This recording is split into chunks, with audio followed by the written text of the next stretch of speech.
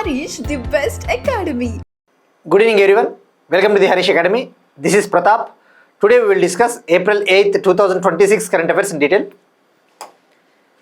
ఇవాళ మన first topic politics సంబంధించి ఒక ఇంపార్టెంట్ టాపిక్. ఈసీఐ నెట్ ప్లాట్ఫామ్లో know your candidate feature.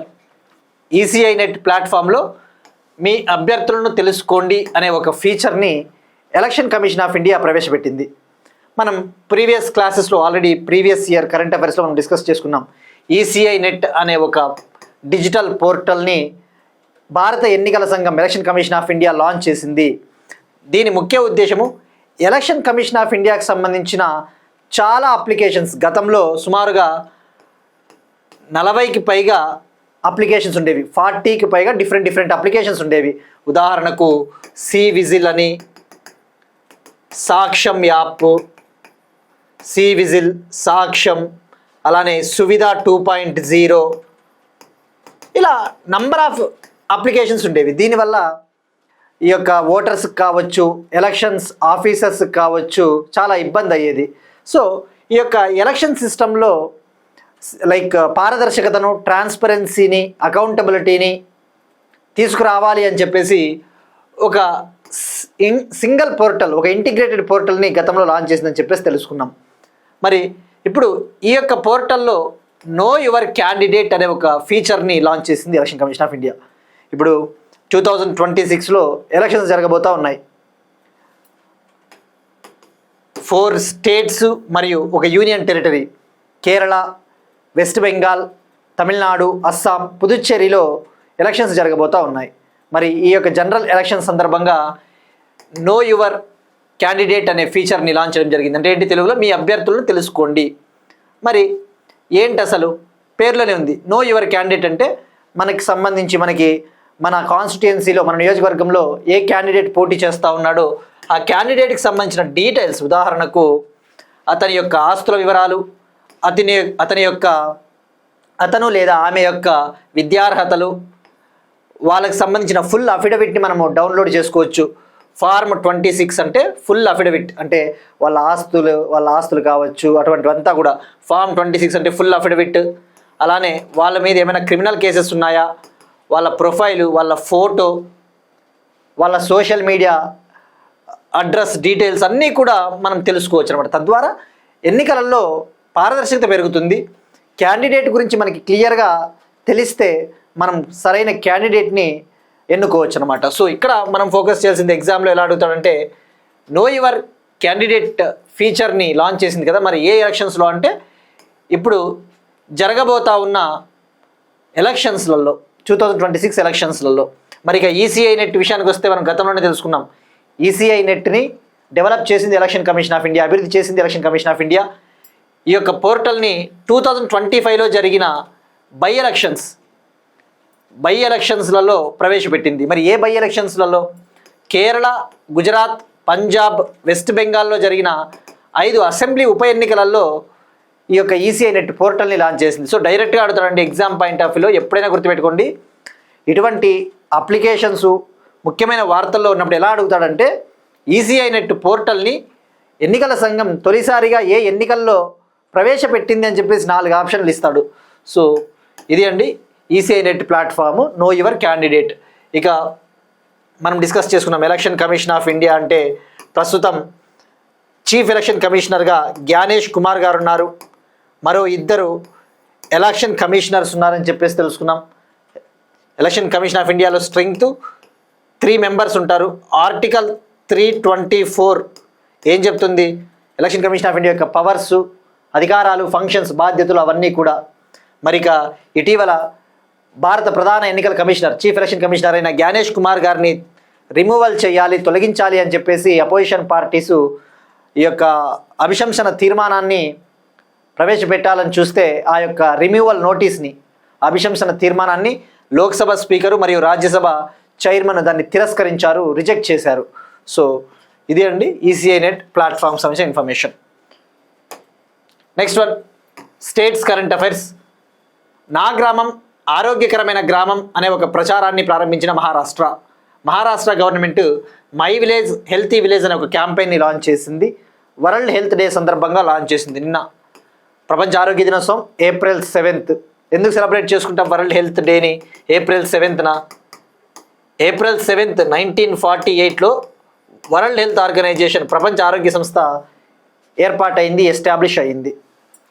So మరిగా ఈ యొక్క క్యాంపెయిన్ ముఖ్య ఉద్దేశం మహారాష్ట్రలోని రూరల్ ఏరియాస్లో హెల్త్ కేర్ సెక్టార్ని డెవలప్ చేయాలి, మహారాష్ట్రలోని గ్రామీణ ప్రాంతాల్లో ఆరోగ్య రంగాన్ని అభివృద్ధి చేయాలి అన్నది ముఖ్య ఉద్దేశం. ఈ యొక్క ప్రచారం ముఖ్యంగా పరిశుభ్రత, శుభ్రమైన తాగునీరు, పౌష్టికాహారము, అలానే ఈ యొక్క వ్యాధుల్ని కంట్రోల్ చేయాలి, వ్యాధుల్ని అరికట్టే లక్ష్యంతో ఈ క్యాంపెయిన్ అవగాహన కార్యక్రమాన్ని చేపడతారు. So it will focus on sanitation, safe drinking water, nutrition. So ఇది డైరెక్ట్గా అడుగుతాడండి వన్ లైనర్ కిందకి. అయితే మనం ఎగ్జామ్ పాయింట్ ఆఫ్ వ్యూలో వరల్డ్ హెల్త్ డేకి లింకప్ చేసుకోవాలి. ఇక మనకి సస్టైనబుల్ డెవలప్మెంట్ గోల్స్ ఉంటాయి, సుస్థిర అభివృద్ధి లక్ష్యాలు 17 గోల్స్, 169 టార్గెట్స్ ఉన్నాయి కదా. మరి అందులో హెల్త్ రంగానికి సంబంధించి గుడ్ హెల్త్ 2030 కల్లా అందరికీ ఆరోగ్యాన్ని అందించాలి అని చెప్పేసి ఒక సస్టైనబుల్ డెవలప్మెంట్ గోల్ ఉంది, సుస్థిర అభివృద్ధి లక్ష్యం. అదేంటి?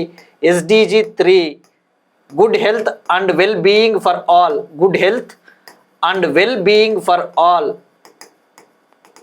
టార్గెట్ ఎప్పటికీ 2030కి Maharashtra chief minister Devendra Fadnavis garu launch చేయడం జరిగింది.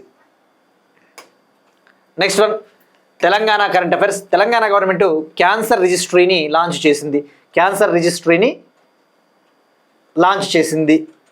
మరి ఏంటి అసలు క్యాన్సర్ రిజిస్ట్రీ? ఈ క్యాన్సర్ రిజిస్ట్రీ తెలంగాణలో క్యాన్సర్ కేసులు, ప్రతి క్యాన్సర్ కేసుని కూడా రికార్డు చేయాలి, ప్రతి క్యాన్సర్ కేసును కూడా సిస్టమేటికల్గా ఒక డేటాబేస్లో పొందుపరచాలి అని చెప్పేసి ఈ యొక్క క్యాన్సర్ రిజిస్ట్రీ అనే ఒక ఇనిషియేటివ్ని, ఒక ప్రోగ్రామ్ని లాంచ్ చేయడం జరిగింది. ఇది ఒక డేటాబేసు. మరి దీన్ని అనౌన్స్ చేసింది Telangana health minister C Damodar Raj Narasimha garu. World health day, ప్రపంచ ఆరోగ్య దినోత్సవం సందర్భంగా దీన్ని ప్రారంభించారు. మరి ఈ క్యాన్సర్ రిజిస్ట్రీ ముఖ్య ఉద్దేశం ఏంటి? ఒక డేటాబేస్ని క్రియేట్ చేయాలి. మరి ఎలా క్రియేట్ చేస్తారు?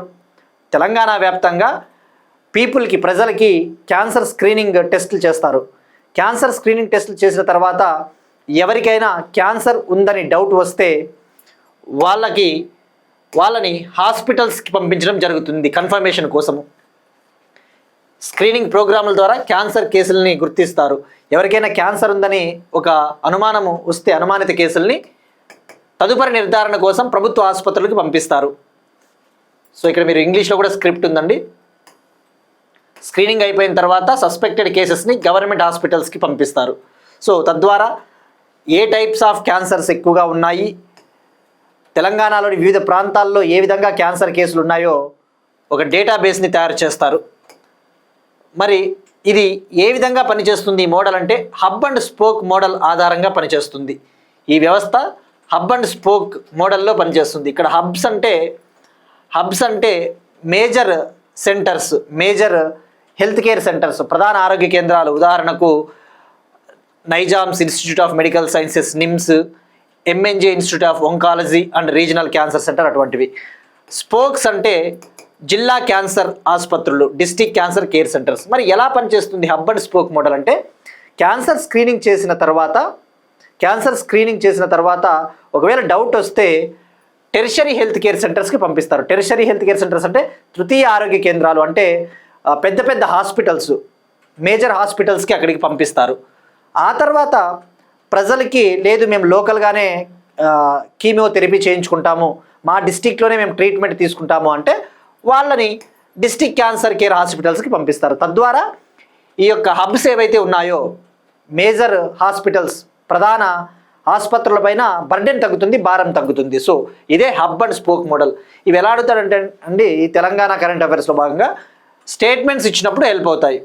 ఈ cancer registry hub and spoke model ఆధారంగా పనిచేస్తుందని చెప్పేసి ఒక స్టేట్మెంట్ ఇవ్వచ్చు. ఇక అలానే తెలంగాణ గవర్నమెంట్ ట్రామా కేర్ పాలసీని లాంచ్ చేసింది. ట్రామా కేర్ పాలసీని లాంచ్ చేసిన తెలంగాణ ప్రభుత్వం. మరి ఇది కూడా హెల్త్ రంగానికి సంబంధించిన ఒక పాలసీ. మరి దీని ముఖ్య ఉద్దేశం ఏంటి అంటే తెలంగాణలోని ప్రధాన ఆరోగ్య కేంద్రాలపైన భారాన్ని తగ్గించి జిల్లా ఆరోగ్య కేంద్రాలపైన దృష్టి సారించడము, అంటే డీసెంట్రలైజేషన్.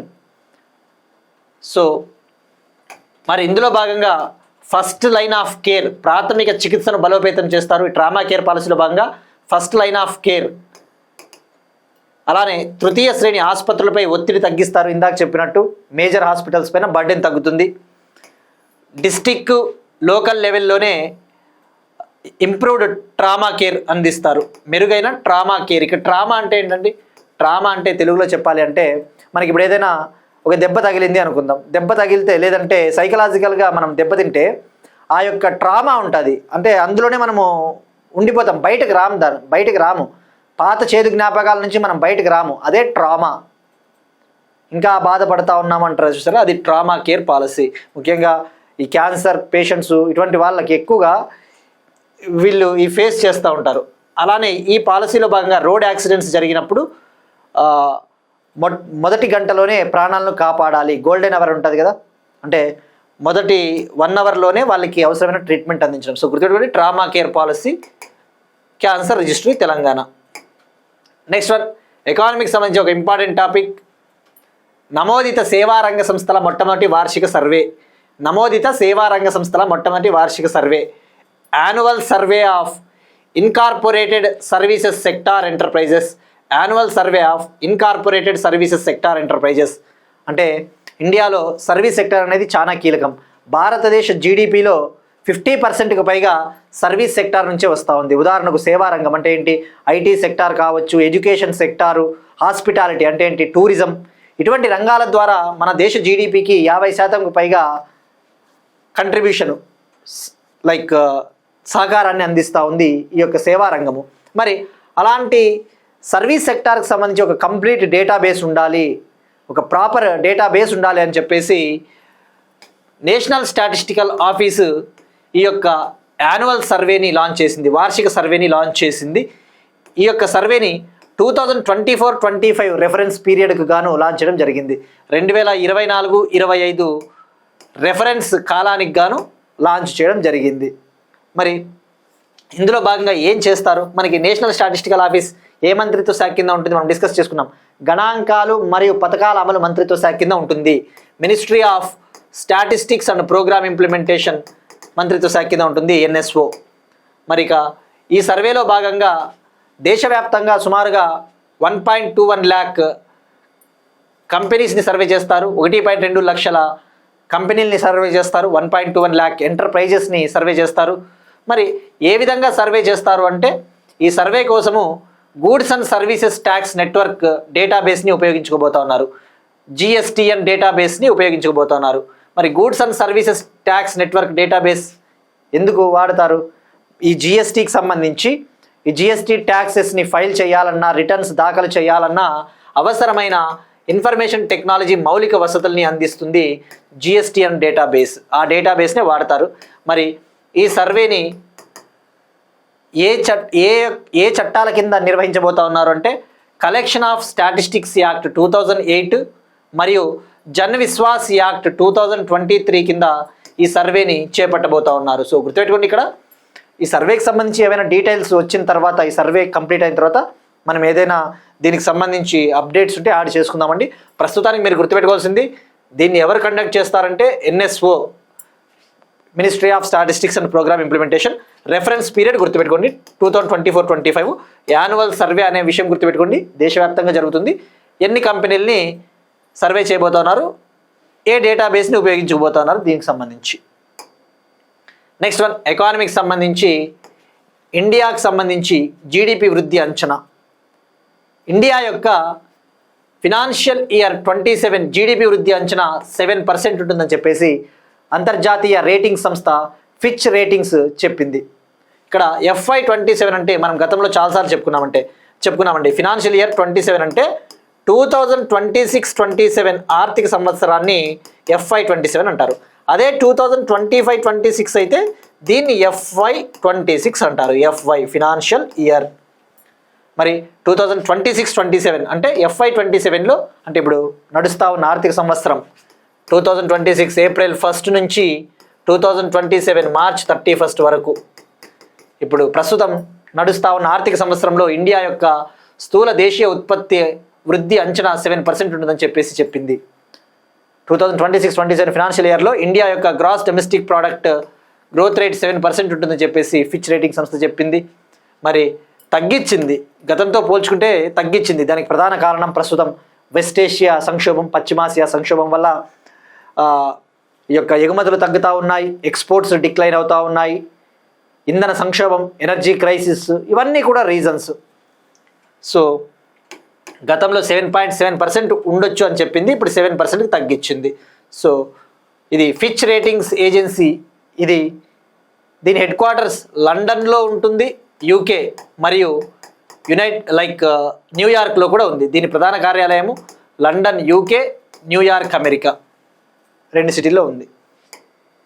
ఇక గతంలో మనం డిస్కస్ చేసుకున్నాం 2026-27 ఫినాన్షియల్ ఇయర్కు వరల్డ్ బ్యాంక్ సంస్థ భారతదేశ జీడిపి వృద్ధి రేటు అంచనా 6.5% ఉంటుందని కూడా చెప్పింది. 2026-27 లేదా FY27కి ఇండియా యొక్క జీడిపి గ్రోత్ అనేది 6.5% ఉంటుందని చెప్పేసి వరల్డ్ బ్యాంక్ చెప్పింది. మరి ఎప్పుడు చెప్పింది? జనవరి 2026లో, 3 months బ్యాక్. మరి ఏ రిపోర్ట్లో చెప్పింది అంటే వరల్డ్ బ్యాంక్ ఇచ్చే global economic prospects report, world bank release చేసే గ్లోబల్ ఎకనామిక్ ప్రాస్పెక్ట్స్ రిపోర్ట్. ఇక్కడ ప్రాస్పెక్ట్స్ అంటే ప్రాస్పెక్ట్స్ అంటే మంచి అవకాశాలు అని అర్థం వస్తుందండి, బట్ ఇంగ్లీష్లో అలానే గుర్తుపెట్టారు. గ్లోబల్ ఎకనామిక్ ప్రాస్పెక్ట్స్ రిపోర్ట్ అంటే ఎవరు విడుదల చేస్తారు అంటే వరల్డ్ బ్యాంక్. ఈ రిపోర్ట్స్ చాలా ఇంపార్టెంట్ అండి మనకి. డైరెక్ట్గా అడుగుతాడు, గ్లోబల్ ఎకనామిక్ ప్రాస్పెక్ట్స్ రిపోర్ట్ని విడుదల చేసే సంస్థ ఏది అని చెప్పేసి IMF, వరల్డ్ బ్యాంక్, OECD, మరొకటి G20 అలా ఇస్తాడు global economic prospects report. So మనం ఇట్లా స్మార్ట్గా చదువుకుంటే సరిపోతుందండి. ఇది లాస్ట్ టైం టాపిక్. అగైన్ ఎకానమీకి సంబంధించి మరొక సంస్థ భారతదేశ వృద్ధి రేటుకి సంబంధించి అంచనాలను ప్రకటించింది. ఫినాన్షియల్ ఇయర్ 27లో ఇండియా యొక్క జీడిపి వృద్ధి అంచనా 6.2%. మోర్గాన్ స్టాన్లీ కంపెనీ 2026-27 ఫినాన్షియల్ ఇయర్లో ఇండియా యొక్క జీడిపి గ్రోత్ రేటు 6.2% ఉండొచ్చు అని చెప్పేసి మోర్గాన్ స్టాన్లీ అనే ఒక ఇన్వెస్ట్మెంట్ బ్యాంక్, అమెరికాకు చెందిన ఇన్వెస్ట్మెంట్ బ్యాంకు తన ఎస్టిమేట్స్ని అనౌన్స్ చేసింది, తన అంచనాలను ప్రకటించింది. మరి ఇక్కడ అగైన్ దీనికి ప్రధాన కారణం ఎందుకు ఇంత తక్కువ అంటే పశ్చిమాసియా సంక్షోభం. మరి ఇక్కడ చూస్తే ఇప్పుడు ఏదైతే ఇరాన్కి మరియు అమెరికా, ఇజ్రాయెల్ ఈ మధ్య యుద్ధం ఏదైతే నడుస్తూ ఉందో, అమెరికా, ఇజ్రాయెల్ ఒకవైపు, ఇరాన్ ఒకవైపు, ఈ యుద్ధం వల్ల ప్రస్తుతం ప్రపంచ ఆర్థిక వ్యవస్థలో అనిశ్చితి నెలకొంది. సో ఇప్పుడు స్టాగ్ఫ్లేషన్ అనే ఒక ఆర్థిక పరిస్థితి కూడా తలెత్తే అవకాశం ఉందని చెప్పేసి ఆర్థిక నిపుణులు హెచ్చరిస్తూ ఉన్నారు. ఈ యొక్క క్రైసిస్ వల్ల, వరల్డ్లో ప్రెజెంట్ సిచ్యువేషన్స్ వల్ల స్టాగ్ఫ్లేషన్ సిచ్యువేషన్ అరైజ్ అవ్వచ్చు. ఈ స్టాగ్ఫ్లేషన్ అనే ఒక ఆర్థిక స్థితి మనము ఎదుర్కోవాల్సి ఉంటుందని చెప్పేసి కూడా వార్నింగ్ ఇస్తూ ఉన్నారు. మరి ఇక్కడ ఎకానమీలో ఇటువంటి టర్మ్స్ ఇంపార్టెంట్ అండి. ఎప్పుడైనా ఆస్పిరెంట్స్ నేను చెప్పేది ఏంటంటే, కొత్తగా ప్రిపేర్ అవుతున్న వాళ్ళు కావచ్చు, ఆల్రెడీ గత కొంతకాలంగా ప్రిపేర్ అవుతున్న వాళ్ళకి ఆల్రెడీ చాలా టాపిక్స్ మీకు ఐడియా ఉంటాయండి ఎలా చదవాలో. బట్ నా వంతుగా నేను చెప్తా ఉండేది ఏంటంటే, ఎకానమీలో ఇలాంటి టర్మ్స్ మనకి న్యూస్లో ఉన్నప్పుడు మనం ఫోకస్ చేయాలి. స్టాగ్ఫ్లేషన్ అంటే ఏంటి? స్టాగ్ఫ్లేషన్ అంటే స్టాగ్నేషన్ ప్లస్ ఇన్ఫ్లేషన్ అని చెప్పవచ్చు. మనకి సందులు ఉంటాయి కదా, సవర్ణ దీర్ఘ సంధి, గుణ సంధి విడదీస్తాం కదా, అట్లా స్టాగ్ఫ్లేషన్ అంటే స్టాగ్నేషన్ ప్లస్ ఇన్ఫ్లేషన్. స్టాగ్నేషన్ అంటే ఏంటి? ఆర్థిక వ్యవస్థ ఆగిపోతుంది, ఎక్కడిదక్కడ స్టాగ్నెంట్ అయిపోతుంది, అంటే పెరగదు, తగ్గదు. ఇది స్టాగ్నేషన్ అంటారు. ఇన్ఫ్లేషన్ అంటే ఏంటి? ద్రవ్యోల్బణం, ధరల పెరుగుదల. అంటే ఏంటి? స్టాగ్ఫ్లేషన్ అంటే ఒక ఆర్థిక వ్యవస్థ నిశ్చలంగా ఉండిపోయి పెరగకోకుండా, తగ్గకుండా, అంటే గ్రోత్ రేట్ ఉండదు, ఆగిపోతుంది, ఆర్థిక వ్యవస్థ స్తంభించిపోతుంది. అట్ ద సేమ్ టైం ఈ ధరల పెరుగుదల, ప్రైజెస్ పెరుగుకుంటూ పోతాయి. తద్వారా అన్ఎంప్లాయ్మెంట్, నిరుద్యోగము ప్రబలుతుంది, ధరలు పెరిగిపోతాయి. ఇది చాలా ఎఫెక్ట్ ప్రపంచ దేశాలకు. Stagflation is a situation where economy gets stagnated and at the same time the inflation will get rise. The prices will get rise. Stagflation is a situation where an economy witnesses stagnation of the economy, at the same time high price rise, and under the same time unemployment. This is called stagflation. మీరు చదువుతారు types of inflations, stagflation ఇవన్నీ కూడా ఎకానమీలో.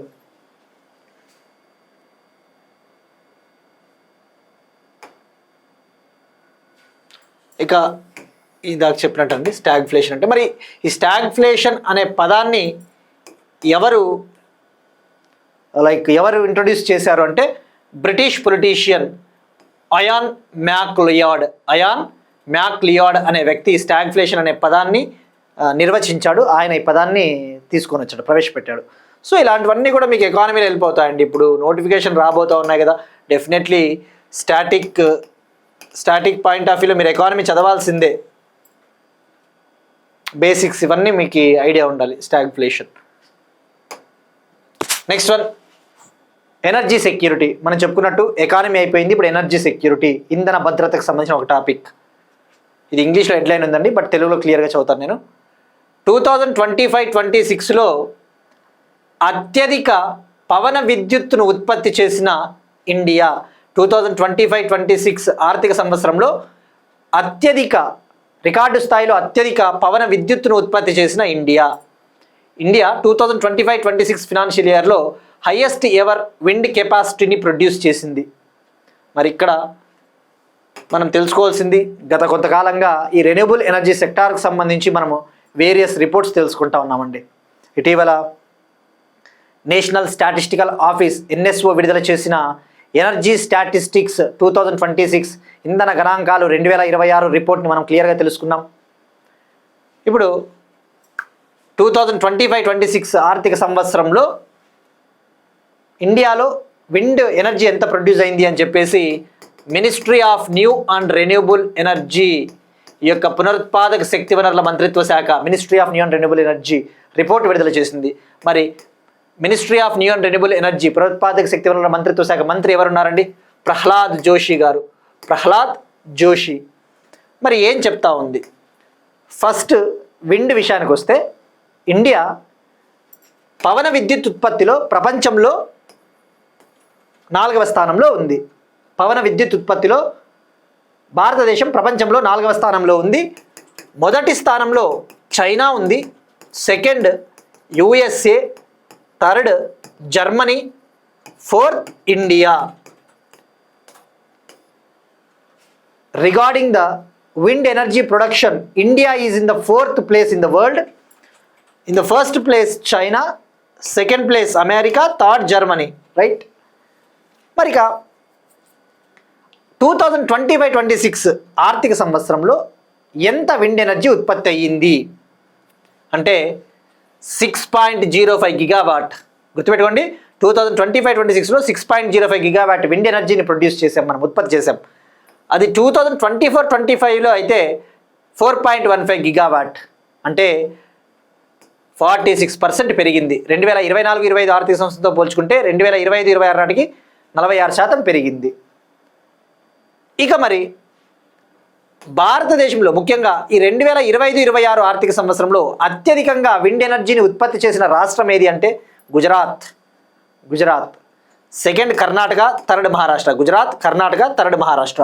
గుర్తుపెట్టుకోండి, 2025-26లో మాత్రమే 2025-26 financial ఇయర్లో అత్యధికంగా wind ఎనర్జీని ఈ 6.05 గిగావాట్లలో అత్యధికంగా ఉత్పత్తి చేసింది గుజరాత్, సెకండ్ కర్ణాటక, థర్డ్ మహారాష్ట్ర. ఓవరాల్గా భారతదేశంలో అత్యధికంగా విండ్ ఎనర్జీని ప్రొడ్యూస్ చేసిన రాష్ట్రం కూడా గుజరాతే.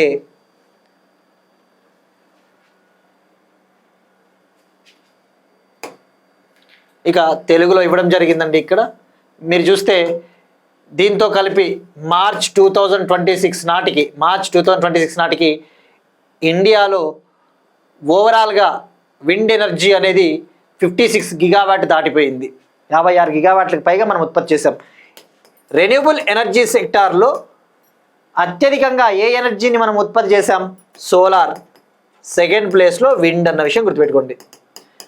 ఇక్కడ ఆస్పిరెంట్స్కి మరొక గమనిక అండి, ఈ ఎనర్జీ స్టాటిక్స్ ఏవైతే ఉంటాయో, అంటే సోలార్ ఫస్ట్ ఉందా, విండ్ ఫస్ట్ ఉందా, ఇండియా ఏ స్థానంలో ఉంది, ఈ రోజు ఉన్నట్లు రేపు ఉండదు. ఈ పొద్దు ఇండియా 4వ స్థానంలో ఉండొచ్చు, రేపొద్దు 3వ స్థానంకి, ఈరోజు 2వ స్థానంలో ఉండొచ్చు, రేపొద్దున 1వ స్థానానికి రావచ్చు. ఇవన్నీ కూడా మారుతూ ఉంటాయి. కానీ మనకి అప్డేట్గా ఉన్నప్పుడు డెఫినెట్లీ అప్డేటెడ్ ఇన్ఫర్మేషన్ ఇస్తానండి. మీరు కూడా ఎప్పుడైనా కూడా ఇటువంటి వాటికి సంబంధించి అఫీషియల్ వెబ్సైట్స్ చెక్ చేయండి అని చెప్పేసి నేను చాలాసార్లు చెప్పాను. ఉదాహరణకు నీతి ఆయోగ్ డాష్ బోర్డు ఉంటుంది ఎనర్జీకి సంబంధించి, NITI Aayog dashboard, ministry of new and renewable ఎనర్జీకి సంబంధించిన వెబ్సైటు, ఆ వెబ్సైట్లు చెక్ చేసి నోట్స్ అనేది మీరు యాడ్ చేసుకోండి. పిఐబిని కూడా నమ్మొద్దండి, ఒక్కొక్కసారి పిఐబిలో కూడా కొద్దిగా రాంగ్ ఉండే ఛాన్సెస్ ఉంటాయి. ఎనర్జీకి సంబంధించి ఎప్పుడైనా కానీ అఫీషియల్ వెబ్సైట్కి పోండి. నేను ఎలాగూ యాడ్ చేసి చెప్తా ఉంటానండి న్యూస్లో ఉన్న ప్రతిసారి, బట్ మీకు కూడా యాడ్ చేసుకుంటే బెటర్. ఇక ఇందాక చెప్పిన point, international renewable energy agency విడుదల చేసిన ఒక report, renewable energy statistics 2025 report ప్రకారం విండ్ పవర్ కెపాసిటీలో ఇండియా 4th ప్లేస్లో ఉంది. ఇక ఇందాక చెప్పిన టాపిక్ అండి, నేషనల్ స్టాటిస్టికల్ ఆఫీస్ విడుదల చేసిన 33వ annual publication energy statistics India 2026 report ప్రకారము ఇండియాలో 31 మార్చ్ 2025 నాటికి మొత్తం రెన్యూబుల్ ఎనర్జీ ఎంత ఉత్పత్తి ప్రొడ్యూస్ చేసామంటే 2,29,346 మెగావాట్. ఇది ఆల్రెడీ మనం డిస్కస్ చేసుకున్నామండి జస్ట్ ఫ్యూ డేస్ బ్యాక్. ఎవరైనా చూడని వాళ్ళు ఉంటే ఆ క్లాసెస్ కూడా చూడండి. సో ఆస్పిరెంట్స్కి మరొక రిక్వెస్ట్ అండి, తప్పకుండా ఏవైనా మిస్ అయినా కూడా మీరు మళ్ళీ చూడండి, నోట్స్ అయితే రాసుకోండి. అంటే ఏదైనా 2-3 రోజుల బ్యాక్ ఏమైనా మీరు వినకపోయినా కంప్లీట్గా వినేకే ట్రై చేయండి, అప్పుడు మీకు కంటిన్యూటీ ఉంటుంది. నెక్స్ట్ వన్, ఎన్విరాన్మెంట్ పొల్యూషన్కి సంబంధించిన ఒక ఇంపార్టెంట్ టాపిక్, కాలుష్యానికి సంబంధించిన ఒక ఇంపార్టెంట్ టాపిక్. పర్టికులేట్ మ్యాటర్ 10 సూక్ష్మ ధూళి కణాల స్థాయి అత్యధికంగా పెరిగిన నగరాల్లో మొదటి స్థానంలో విశాఖపట్నం. పర్టికులేట్ మ్యాటర్ 10 సూక్ష్మ ధూళి కణాల స్థాయి అత్యధికంగా పెరిగిన నగరాల్లో మొదటి స్థానంలో విశాఖపట్నం. ఒక ఇండిపెండెంట్ సంస్థ, ఒక స్వతంత్ర సంస్థ, centre for research on energy and clean air, centre for research on energy and clean air అనే ఒక ఆర్గనైజేషన్ ఒక రిపోర్ట్ విడుదల చేసింది. ఆ రిపోర్ట్ ప్రకారం ఇండియాలో అత్యధికంగా పర్టికులేట్ మ్యాటర్ 10 అనే ఒక సూక్ష్మ ధూళి కణాలు ఏ సిటీలో పెరిగాయి, అత్యధికంగా ఏ సిటీలో అత్యధికంగా ఉన్నాయి అని చెప్పేసి. మరి ఈ రిపోర్ట్ ప్రకారం 2026 మార్చ్ మంత్లో ఇండియాలోనే మోస్ట్ పొల్యూటెడ్ సిటీగా గురుగ్రామ్, హర్యానా ఫస్ట్ ప్లేస్, గురుగ్రామ్ హర్యానా. మరి ఈ యొక్క పర్టికులేట్ మ్యాటర్ ఏ సిటీలో ఎక్కువ పెరిగింది ఈ రిపోర్ట్ ప్రకారం అంటే విశాఖపట్నం, ఆంధ్రప్రదేశ్. 2017-18 ఆర్థిక సంవత్సరంతో పోలిస్తే 2025-26 నాటికి విశాఖపట్నంలో ఈ PM10 కాలుష్య కణాలు 73% ఇంక్రీజ్ అయ్యాయి, పెరిగాయి. అంటే ఇక్కడ అత్యధికంగా ఏ సిటీలో పెరిగాయి, హయ్యెస్ట్గా ఏ సిటీలో ఇంక్రీజ్ అయ్యాయి అంటే విశాఖపట్నం. అత్యధికంగా PM10 ఏ సిటీలో ఉంది అంటే గురుగ్రామ్. హయ్యెస్ట్ PM10 ఏ సిటీలో ఉందంటే గురుగ్రామ్. ఇక్కడ ఆస్పిరెంట్స్కి మరొకసారి నేను చెప్పదలుచుకున్నది ఏంటంటే అండి, మీరు పేపర్ చూస్తూ ఉంటారు, పేపర్ తప్పకుండా చూడండి ఒక 15-20 నిమిషాలన్నా. అందులో మనం చూసేటప్పుడు వివిధ సంస్థలు, వివిధ రకాల సంస్థలు, ఊరు పేరు దిక్కు దివానా లేని సంస్థలు రిపోర్ట్లు విడుదల చేస్తూ ఉంటాయి. అధికారిక సంస్థలు కాకుండా ఏవేవో సంస్థలు విడుదల చేస్తూ ఉంటాయి. స్వతంత్ర సంస్థలు, NGOలు ఇష్టానుసారము భారతదేశంలో ఏ ప్రాంతంలో కాలుష్యం ఎక్కువ ఉంది, ఏ ప్రాంతంలో ఈ యొక్క నీటి కాలుష్యం ఉంది, ఇటువంటి విడుదల చేస్తూ ఉన్నప్పుడు మీరు ఫోకస్ చేయాల్సింది ఫస్ట్ ఎప్పుడైనా కూడా తెలుసుకోవాల్సింది ఎగ్జామ్ పాయింట్ ఆఫ్ వ్యూలో ఏ సంస్థ ఇది విడుదల చేస్తూ ఉంది. ఏమైనా యునైటెడ్ నేషన్స్ విడుదల చేస్తూ ఉందా, లేకపోతే సెంట్రల్ పొల్యూషన్ కంట్రోల్ బోర్డు. ఇప్పుడు సెంట్రల్ పొల్యూషన్ కంట్రోల్ బోర్డు ఉంది, అది ఎన్విరాన్మెంట్ మంత్రిత్వ శాఖ కింద ఉంది, అది చాలా ఇంపార్టెంట్. ఇప్పుడు NGT ఉంది, నేషనల్ గ్రీన్ ట్రిబ్యునల్, హరిత ట్రిబ్యునల్, అవి ఏమైనా నివేదికలు ఇస్తూ ఉన్నాయా. టెరీ ఉంది, ద ఎనర్జీ రిసోర్సెస్ ఇన్స్టిట్యూట్, న్యూఢిల్లీలో హెడ్ క్వార్టర్స్ ఉంటుంది. అలాంటి సంస్థలు అయితే చాలా ఇంపార్టెంట్.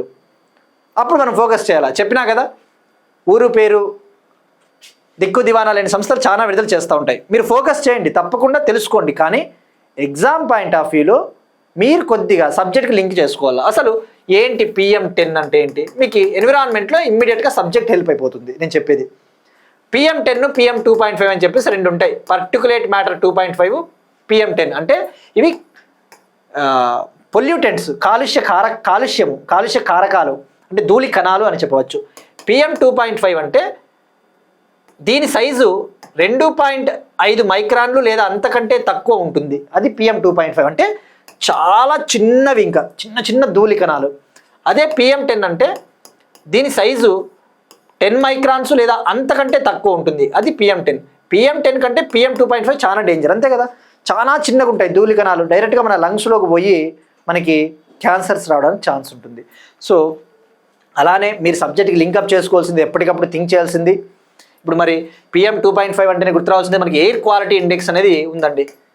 భారత ప్రభుత్వం ఎన్విరాన్మెంట్ మంత్రిత్వ శాఖ ఎయిర్ క్వాలిటీ ఇండెక్స్, గాలి నాణ్యతను కొలవడానికి ఒక ఇండెక్స్ని లాంచ్ చేసింది. ఇందులో 8 పొల్యూటెంట్స్ ఉంటాయి. 8 కాలుష్య కారకాల ఆధారంగా ఒక నగరంలో ఎయిర్ క్వాలిటీ ఎలా ఉందని చెప్పేసి నిర్ణయిస్తారు. అందులో 8 పొల్యూటెంట్స్ ఏముంటాయండి? PM2.5, PM10, carbon monoxide, nitrogen dioxide, sulphur dioxide, ammonia, ozone, lead, PB. ఈ 8 పొల్యూటెంట్లు. సో ఇట్లా మీరు సబ్జెక్ట్కి లింకప్ చేసుకోవాలండి. ఇది మనం చాలాసార్లు చెప్పినాం ఇవన్నీ కూడా, బట్ అగైన్ కొత్తగా ఆస్పిరెంట్స్ ఉంటారు కాబట్టి ఎలా అప్రోచ్ అవ్వాలి అనేది.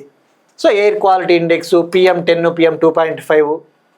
మరి ఇండియాలో ముఖ్యంగా భారతదేశంలోని ముఖ్యమైన సిటీలలో ఈ PM2.5ని, PM10ని తగ్గించడానికి ఏమైనా భారత ప్రభుత్వము ప్రోగ్రాములు చేపట్టిందంటే 2019లో నేషనల్ క్లీన్ ఎయిర్ ప్రోగ్రామ్ అనే ఒక ప్రోగ్రామ్ని ఎన్విరాన్మెంట్ మినిస్ట్రీ లాంచ్ చేసింది. 2019లో నేషనల్ క్లీన్ ఎయిర్ ప్రోగ్రామ్, జాతీయ స్వచ్ఛ వాయు ప్రోగ్రామ్. దీని ముఖ్య ఉద్దేశము ఇండియాలోని 131 సిటీలలో, 131 మేజర్ సిటీలలో ఈ PM2.5, PM10 కాలుష్యాన్ని తగ్గించాలి.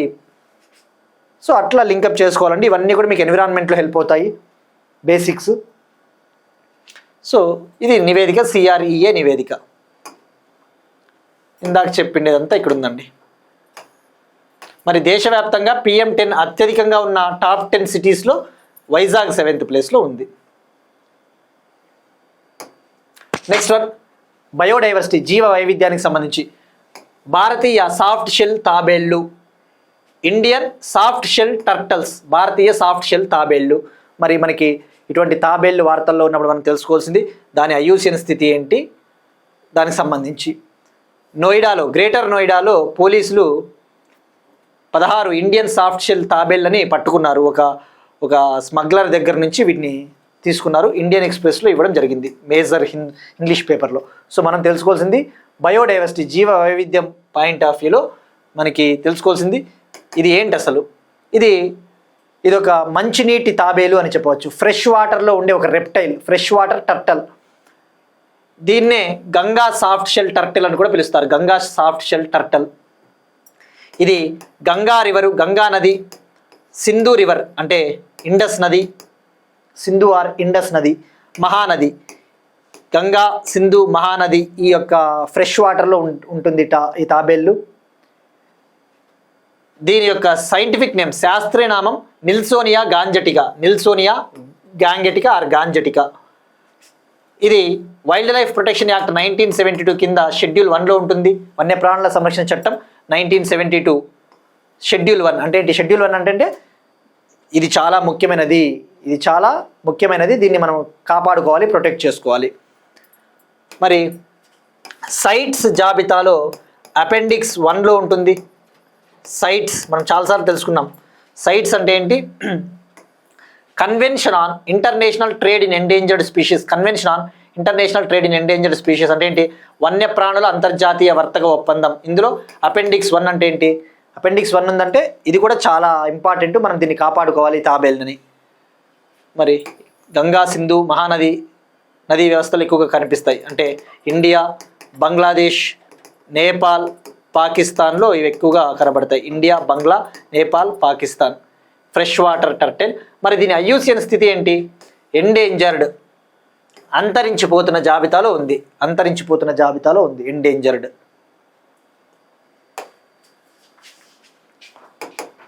నెక్స్ట్ వన్, స్పేస్ టెక్నాలజీకి సంబంధించి ఒక ఇంపార్టెంట్ టాపిక్. BSC-2 లిక్విడ్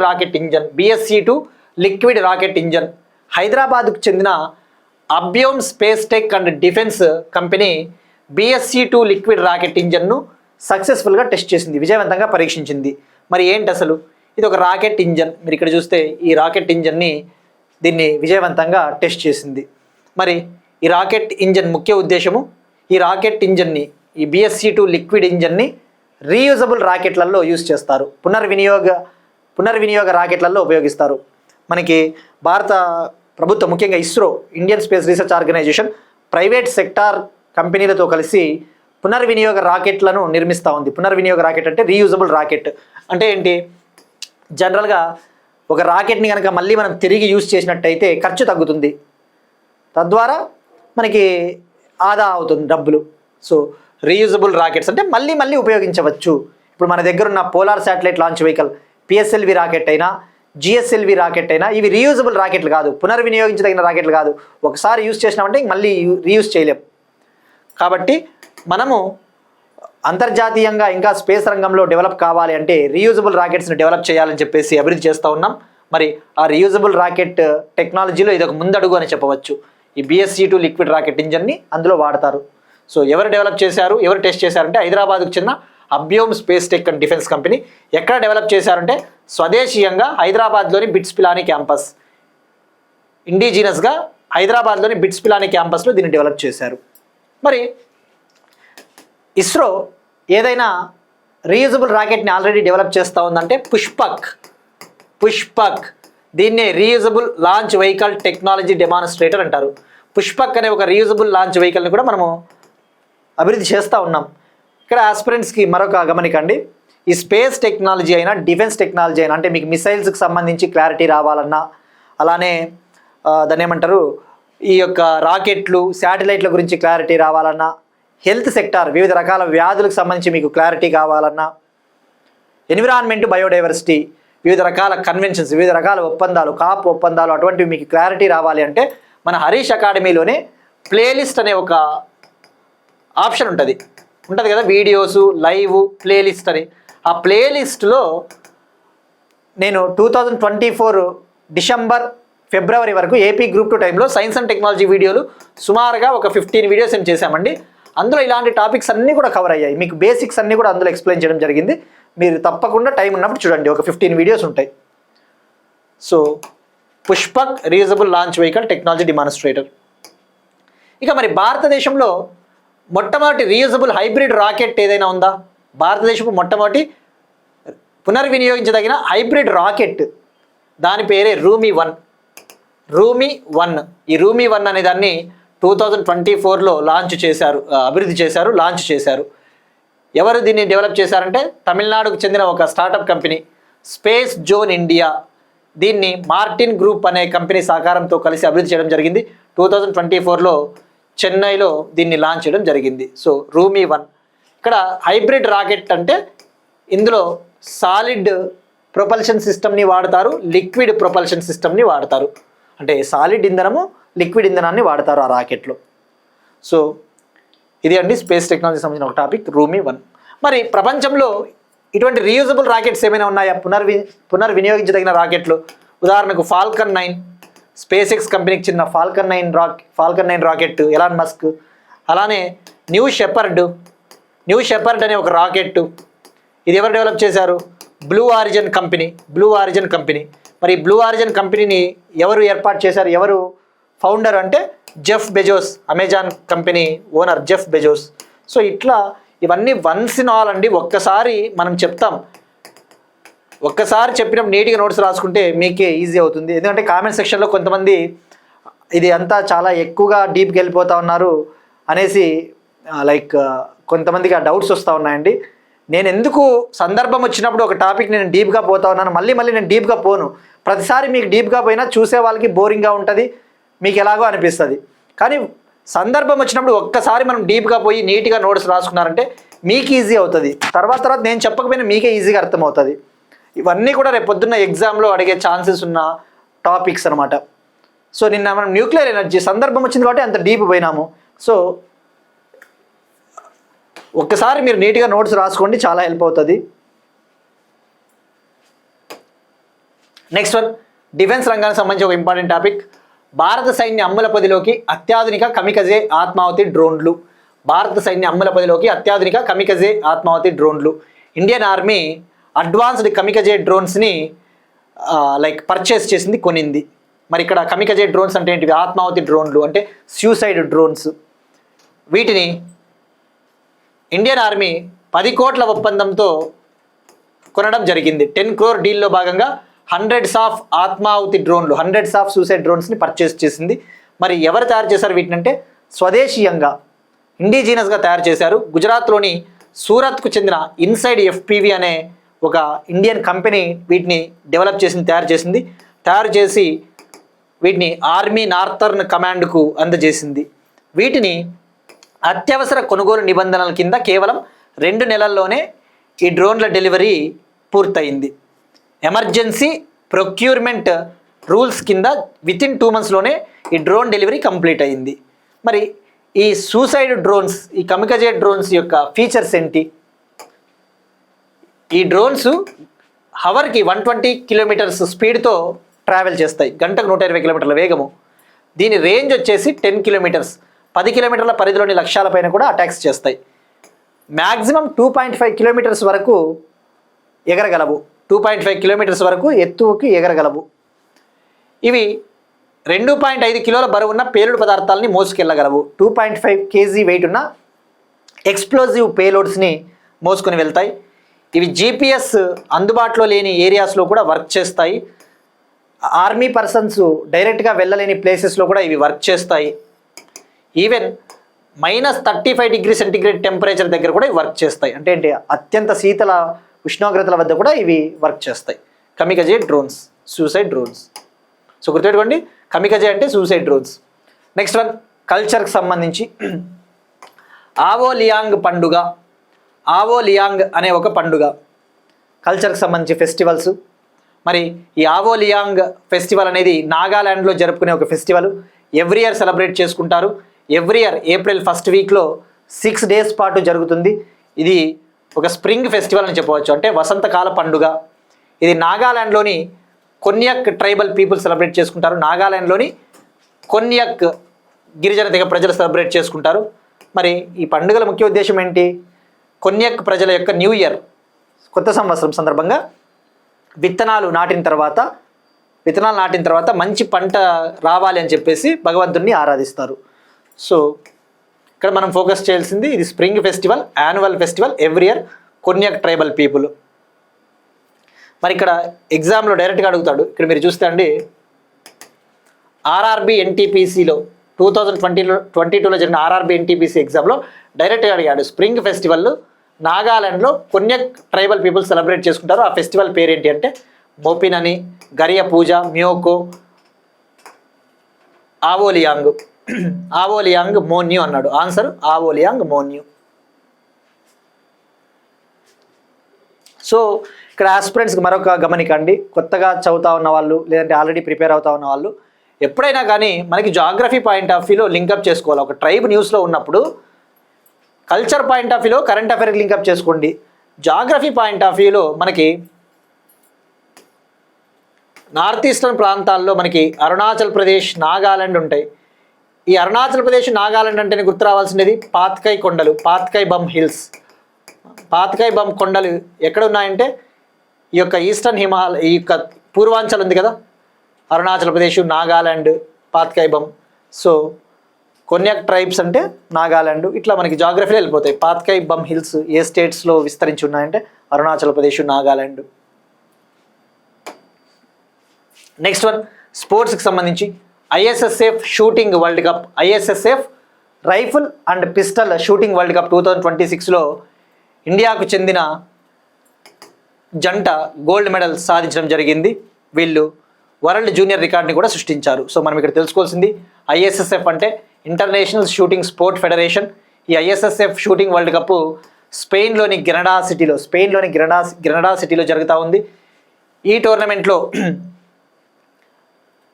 టోర్నమెంట్లో మిక్స్డ్ టీమ్ ఈవెంట్లో 10 metre air pistol mixed team ఈవెంట్లో 10 మీటర్ల ఎయిర్ పిస్టల్ మిక్స్డ్ టీమ్ విభాగంలో ఇండియాకు చెందిన పాలక్ గులియా అనే మహిళ, ముఖేష్ నేలవల్లి ఈ జంట గోల్డ్ మెడల్ సాధించింది. తద్వారా వీళ్ళు వరల్డ్ రికార్డు సృష్టించారు, వరల్డ్ జూనియర్ రికార్డు సృష్టించారు, ప్రపంచ జూనియర్ రికార్డు. వీళ్ళు 487.7 పాయింట్స్ సాధించి వరల్డ్ రికార్డు సృష్టించారు. సో ఇక్కడ ముఖేష్ నేలవల్లి ఆంధ్రప్రదేశ్ ప్రాంతానికి చెందిన షూటర్ అన్న విషయం గుర్తుపెట్టుకుంటే సరిపోతుంది. నెక్స్ట్ వన్ అగైన్ స్పోర్ట్స్కి సంబంధించి ఒక ఇంపార్టెంట్ టాపిక్ అండి. ప్రపంచంలోనే మొట్టమొదటి చతుర్విధ దివ్యాంగ ఆర్చర్ ఛాంపియన్గా పాయల్ నాగ్. ప్రపంచంలోనే మొట్టమొదటి చతుర్విధ దివ్యాంగ ఆర్చర్ ఛాంపియన్గా పాయల్ నాగ్. చతుర్విధ అంటే 4 limbs లేని ప్లేయర్, అంటే కాళ్ళు చేతులు లేని ప్లేయర్. ప్రపంచంలోనే మొట్టమొదటి చతుర్విధ దివ్యాంగ ఆర్చర్ ఛాంపియన్గా పాయల్ నాగ్ నిలిచింది. ఇంగ్లీష్లో చెప్పాలంటే world's first quadruple amputee archer, world's first quadruple amputee archer. ఈమె ఛాంపియన్గా నిలిచింది. మరి ఈమె ఒడిషాకు చెందిన ఆర్చర్, 18 ఏళ్ళ అమ్మాయి. మరి ఈమె గోల్డ్ మెడల్ సాధించింది. ఎక్కడ అంటే మనం ఇటీవల డిస్కస్ చేసుకున్నాం, థాయిలాండ్లోని బ్యాంకాక్లో జరిగిన వరల్డ్ పారా ఆర్చరీ సిరీస్ ఫైనల్లో ఈమె ఇండియాకు చెందిన శీతల్ దేవి, ఇండియాకు చెందిన మరో పారా ఆర్చర్ శీతల్ దేవి పైన గెలిచి విన్ అయ్యి గోల్డ్ మెడల్ సాధించింది. తద్వారా స్వర్ణ పథకం, అంతర్జాతీయ ఆర్చరీలో స్వర్ణ పథకం గెలుచుకున్న ప్రపంచంలోనే మొట్టమొదటి చతుర్విధ దివ్యాంగురాలిగా ఈమె చరిత్ర సృష్టించడం జరిగింది.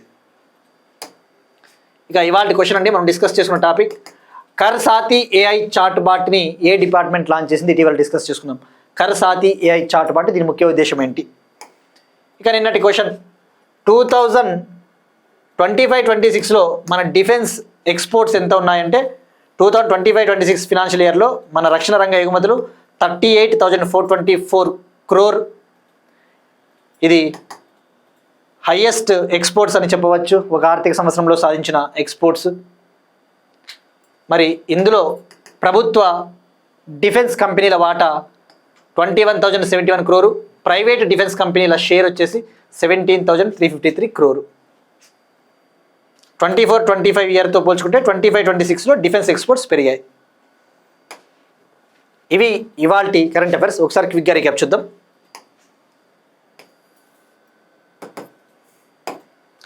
ఈసీఐ నెట్ ప్లాట్ఫామ్లో నో యువర్ క్యాండిడేట్ ఫీచర్. నా గ్రామం ఆరోగ్యకరమైన గ్రామ ప్రచారం మహారాష్ట్ర. క్యాన్సర్ రిజిస్ట్రీని లాంచ్ చేసిన తెలంగాణ. నమోదిత సేవా రంగ సంస్థల మొట్టమొదటి వార్షిక survey national statistical office. India యొక్క FY27 జీడీపీ వృద్ధి అంచనా 7% ఫిచ్.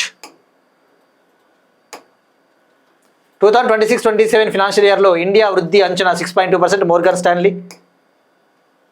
2025-26లో అత్యధిక పవన విద్యుత్తును సాధించిన India.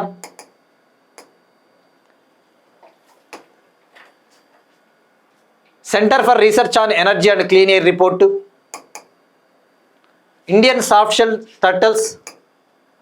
BSC-2 liquid rocket engine Abhyom space tech defence company Hyderabad.